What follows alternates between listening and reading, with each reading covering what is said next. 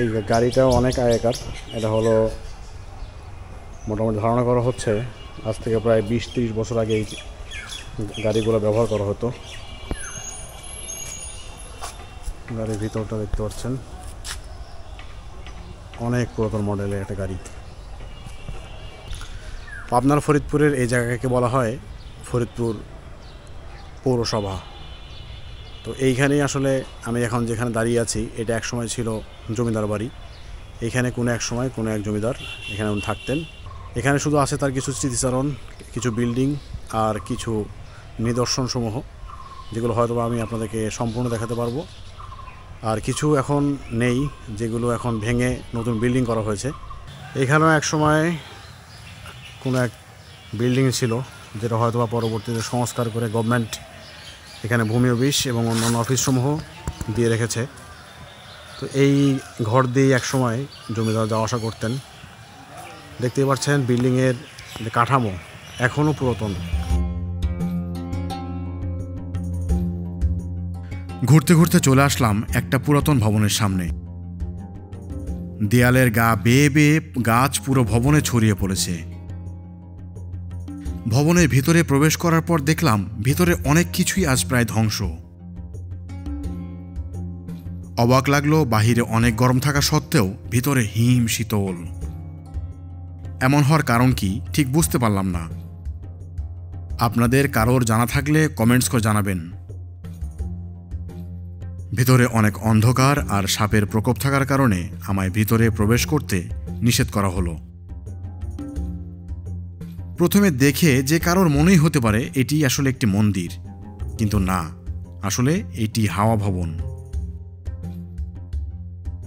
কোনো এক সময় জমিদার বনমালী রায় হয়তো এখানে বসেই তার জমিদার কাজের সব খুঁটিনাটি বিষয় নিয়ে আলোচনা করতেন। ঘুরতে ঘুরতে আমরা চলে আসলাম ঠিক একটা ঘাটের কাছে। এই ঘাটটাকে আসলে স্থানীয় লোকজন বলছে রানীঘাট। এখানে কোনো এক সময় যে জমিদার থাকতেন তার রানীরা এইখানে এসে গোসল করতেন। রানীঘাটের যদি স্ট্রাকচার আমরা দেখতে পারবেন সম্পূর্ণ সাইড দিয়ে দেয়াল দিয়ে ঘেরা।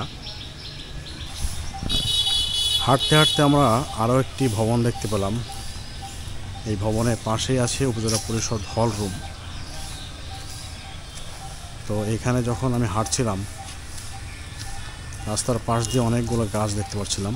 তার মধ্যে একটি গাছ ছিল অনেক বছরের পুরাতন। পুরনো দিনের নকশা দিয়ে পুরো ভবনটি কারুকাজ করা। ভবনটি মোট দোতলা বিশিষ্ট।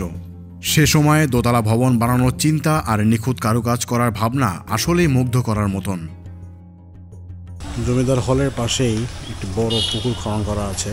তাতে দেখে অনুমান করা যাচ্ছে শত্রুর হাত থেকে বাঁচার জন্য উনি এই পুকুরটি খনন করেছিলেন। এই সেই পুকুর। এই পুকুরটি পুরো রাজবাড়িটিকে ঘিরিয়ে রেখেছে।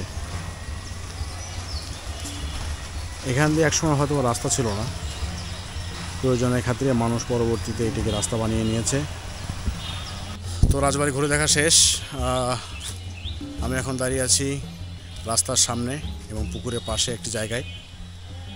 তো ফিরে যাওয়ার সময় বারবার মনে হচ্ছিল যে আমি এখান থেকে যে তথ্যগুলো পাইনি, হয়তোবা এখানকার গাছ, এই পুকুর এবং এই মাটি, এরাই হয়তোবা জানতো রাজা দেখতে কেমন ছিলেন, তার চলাফেরা কেমন ছিল এবং তিনি এখান থেকে কেনই বা চলে গেছেন, তার সব কিছু। আমি খুবই হতাশ, আমি আপনাদেরকে সম্পূর্ণ তথ্য দিতে পারলাম না, কারণ এখানকার লোকাল মানুষজন তারাও জানে না, না জানারই কথা। এবং এই রাজা সম্পর্কে ইতিহাসে কোনো তথ্যই আমরা পাইনি, আমি কখনো পাইও নি। আমি খুঁজে দেখেছি অনেকবার, অনেক জায়গায়, এই রাজার নামে কোনো কিছুই নাই। তো আমার মনে হচ্ছিল এটা আপনাদের সঙ্গে শেয়ার করা উচিত, শেয়ার করলাম। ভিডিওটি ভালো লাগলে আপনারা লাইক করবেন, সাবস্ক্রাইব করবেন, শেয়ার করবেন। বেশি বেশি শেয়ার করলে আমি আরও ভালো ভালো কন্টেন্ট, নতুন নতুন জায়গায় কন্টেন্ট আপনাদেরকে তুলে ধরার উৎসাহ পাবো। এই প্রত্যাশা নিয়ে আজকের মতো বিদায় নিচ্ছি।